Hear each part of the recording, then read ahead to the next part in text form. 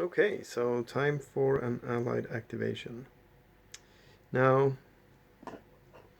I had some ideas, like I could activate 7th armor here and try to blunt the effort by the 2nd SS Panzer here. But I kind of want to wait with their activation until I know what these guys are up to, because the Germans now have 1, 2, 3 victory hexes, and they need to take 4 by the end of the scenario. So the most obvious ones are, of course, these 2 here, potentially this one as well.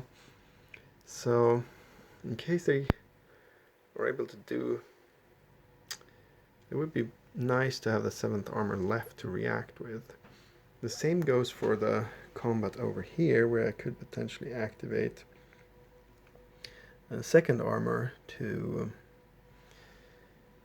push back Lear and the 2nd Panzer, but again, it would be nice to be able to react and not act before the Germans there. So I think what I'm going to do is to activate the 3rd armor. They have units scattered a little bit everywhere. It would be nice to get these units up here where they could actually help defend at least that victory hex over there, in case the Germans are able to come up with something over here. So I think I'll activate 3rd armor.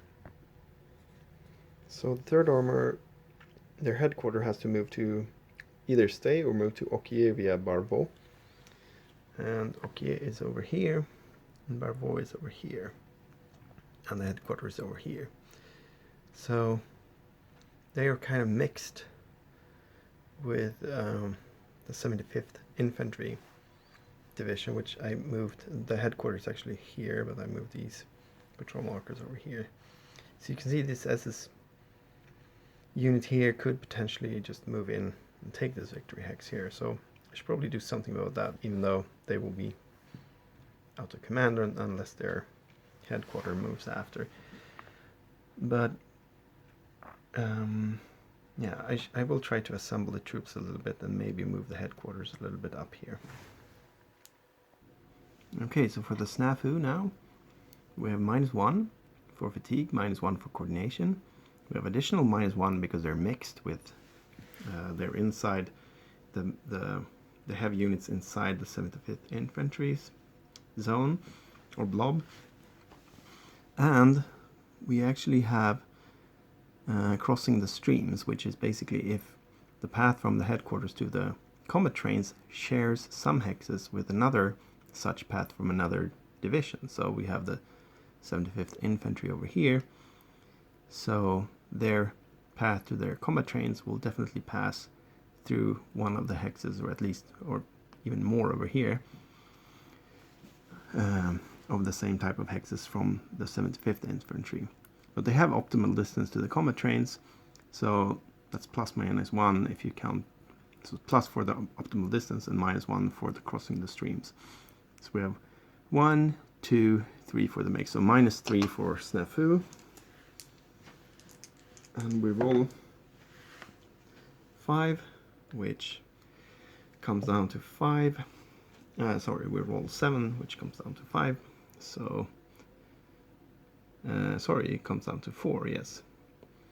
So we do have a partial activation only.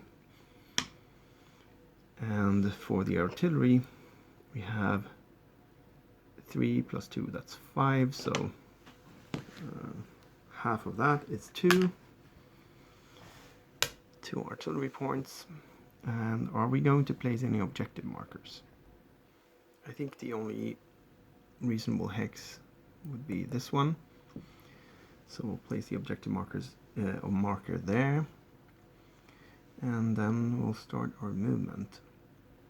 I think what I will do first is take care of this unit down here, which is lost in the woods.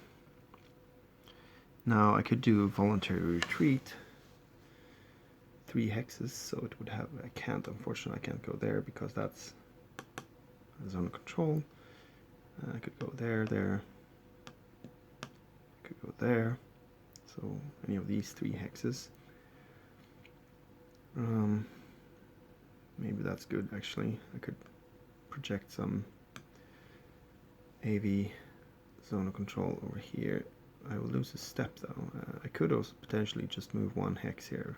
Unfortunately this is forest, or this is woods, sorry, forest, so I would be stopped immediately here,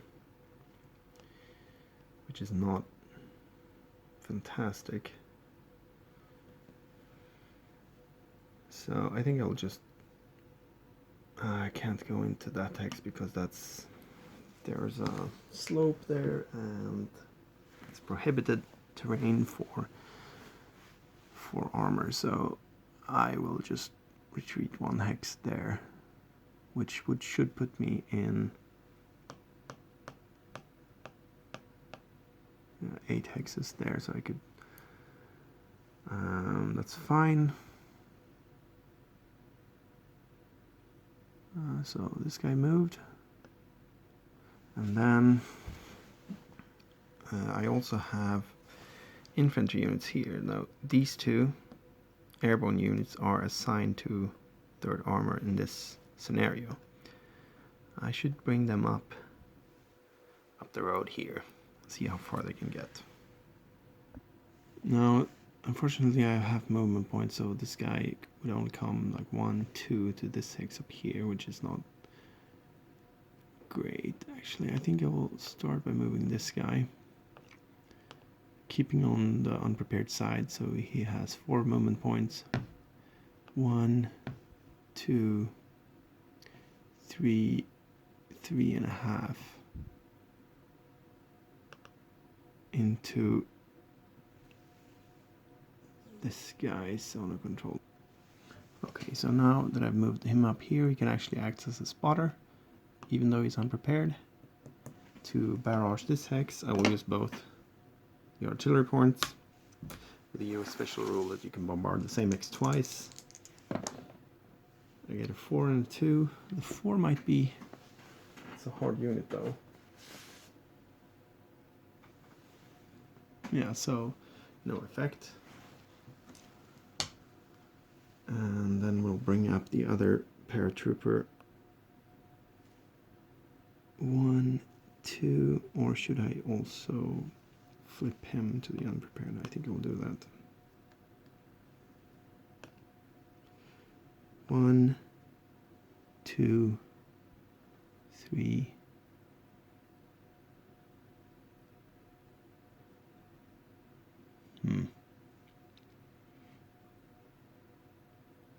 Three and a half.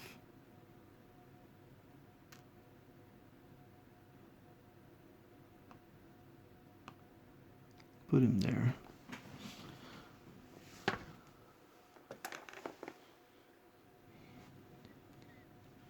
And then we'll go up with, so the coordination marker actually comes back because during the activation they are again mixing with the 75th Infantry. So now let's move Rich.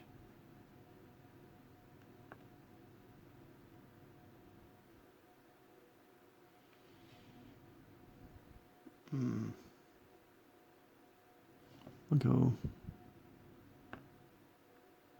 I can use him on his higher strength side and engage this guy.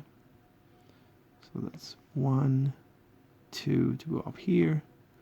Then I have to there's a stopping engagement because I'm entering the zone of control of the SS unit there.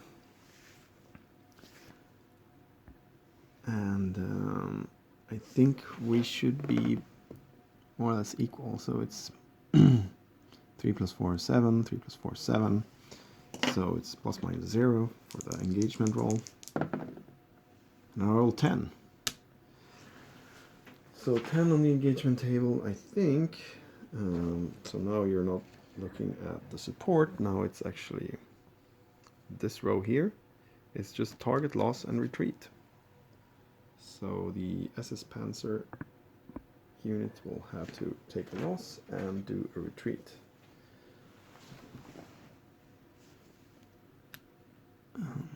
So where should he retreat?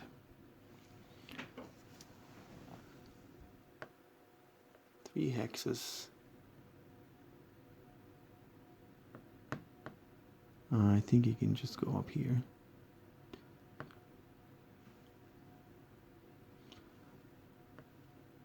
And then we could take the, so that was like, wait, 1, 2,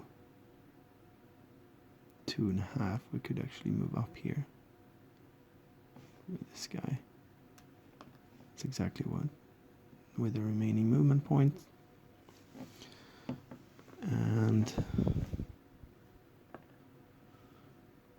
so you can see that army units are, they're much easier to push out of a hex. And of course you need to roll high, but that was no problem in this case. So what do I do with the remaining unit here is done, and I wonder if I should probably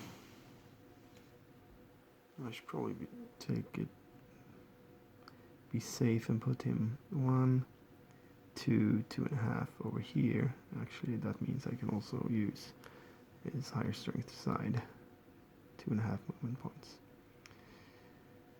And that's all units in the 3rd armor. Let's see if we get a second. Let's roll for fatigue. That's a 2. And since we used the engagement table, roll of 2 is actually enough to cause an increase in fatigue. That's too bad. Do we want to do a second excavation here? I mean, I could, but I don't really want another fatigue. But on the other hand, maybe I should just do that, and I could flip these units, for example. So I'll try to get a second activation. He has a second activation roll of 4 and a roll of 5. So now we're done with 3rd armor. And this is now, that's pretty good. I can, for example, move this guy to, maybe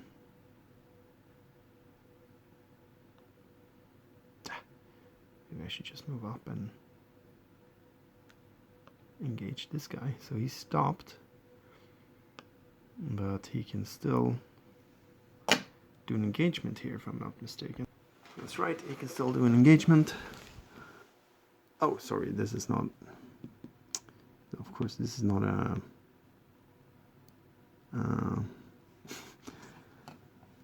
he can do an engagement to drop support, but that's it. So let's try that. And then he can do attack by fire. So he has, this guy has support from these Jagdpanzers, which have a value of 5. So 5, that's 9. Wow, okay. Yeah, since I could only move 1 hex anyways, I would probably have done something like that. So 9, and this is 7.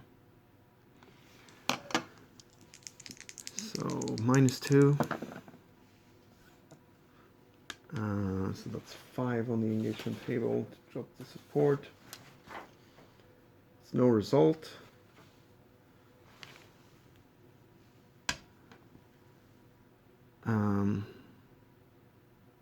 Why did I do this actually?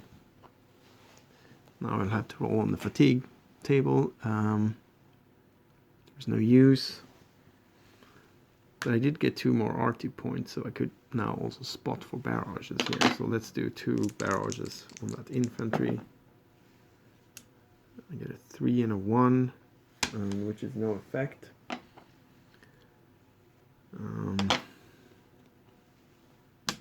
Okay, that was maybe a waste. Now, on the other hand, up here, I could of course try to flip these units to their prepared side. And this guy, I think, is pretty good here. I will just keep him there. I'll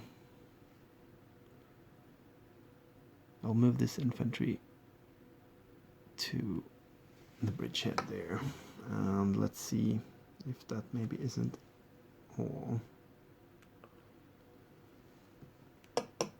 Yeah, I think that's it. So we have to roll on fatigue again, not a 2, please. It's a 1. Okay, that was a bit unfortunate that I used the engagement table, so now we're at fatigue 3. And now we'll see if the allies get another activation. No, that was just 1. So now it's time for another German activation.